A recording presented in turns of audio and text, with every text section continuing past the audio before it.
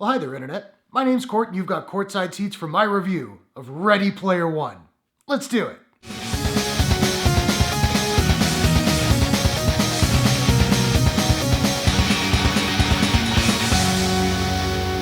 Ready Player One is an action-adventure sci-fi film based on the novel of the same name by Ernest Cline. The film is directed by Steven Spielberg and stars Tye Sheridan, Olivia Cooke, Ben Mendelsohn, Lena Waithe, TJ Miller, Simon Pegg, and Mark Rylance. When the creator of a virtual reality world called the Oasis dies, he releases a video in which he challenges all Oasis users to find his Easter egg, which will give the finder his fortune and control of the Oasis. Let me start by saying this. I've read the book a couple times. I'm a big fan of the book. It's kind of cheesy, but it's tons of fun. So I want to just warn all you book readers, if you haven't seen the movie yet, just know this movie is not the book. It's true to the spirit of the book and it's true to the characters of the book, and there are some similar sequences, but they did change a lot. Personally, I liked that. I was down with that because I didn't know exactly what was going to happen every single moment, and there are a lot of really great and fun surprises in this flick, and some of them brought me joy. The acting is solid across the board. Tye Sheridan as Wade, or Parzival, did have a couple of underwhelming moments for me, but overall I thought he was really solid. He and Olivia Cooke, who plays Artemis,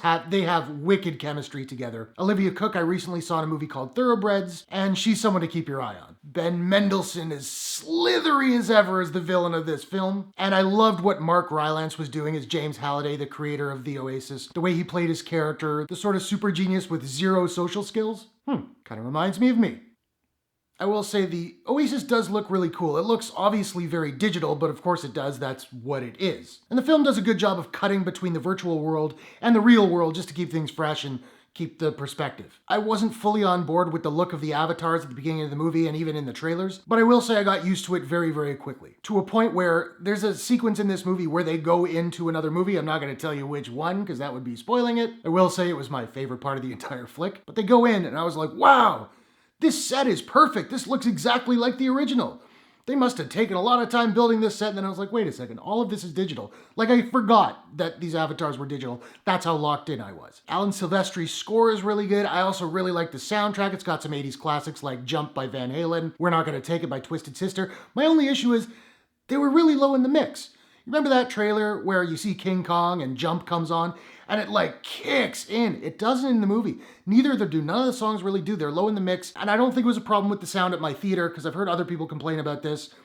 And yeah, there was somewhere, I saw it in Dolby Atmos too. So yeah, I think it's a mixing issue. The biggest problem with this movie is the writing. There is some severely cheesy dialogue in this movie. And a lot of the characters are written pretty thin too.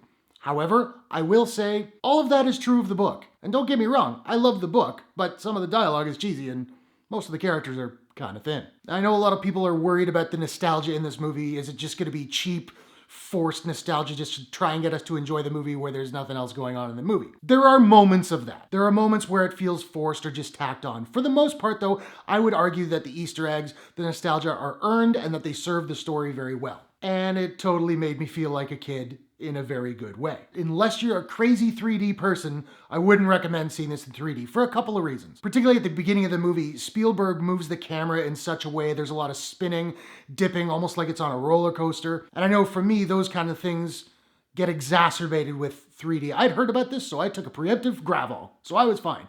But if you have problems with motion sickness, I would recommend not seeing it 3D just for that reason alone.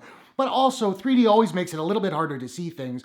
And when we have these big sweeping battle sequences where like every character is a character that you know, and you're trying to pick out all these Easter eggs, makes it really hard to see some of the time. In the end, this is classic Spielberg doing what he does so well. It's an adventure film where you feel the adventure. It's fun, it's funny, it's playful, it's filled with heart. And you can tell Spielberg was having an absolute blast making this film. So yeah, I loved it. Now, I don't have a proprietary rating system as of yet, so I'm just trying to figure out what I'm going to give Ready Player One. And I think I'm going to give Ready Player One a out of 10. So now I want to know, have you seen Ready Player One? What did you think of it? Have you read the book? What did you think of that? Did you like the way they changed the movie from the book? What's your favorite Spielberg movie of all time? That's a really, really hard question to answer. Whatever your thoughts, hit the comments below. Let's discuss. If you enjoyed this review, please smash that like button and give it a share if you really enjoyed it. And hey, why not take a second, do me a favor, click subscribe to my channel for more movie reviews, entertainment news, trailer reactions, all that good stuff. You can do so by clicking the Courtshake logo at the bottom right of your screen. Thanks very much for watching. I'll see you guys in the next one. Take care.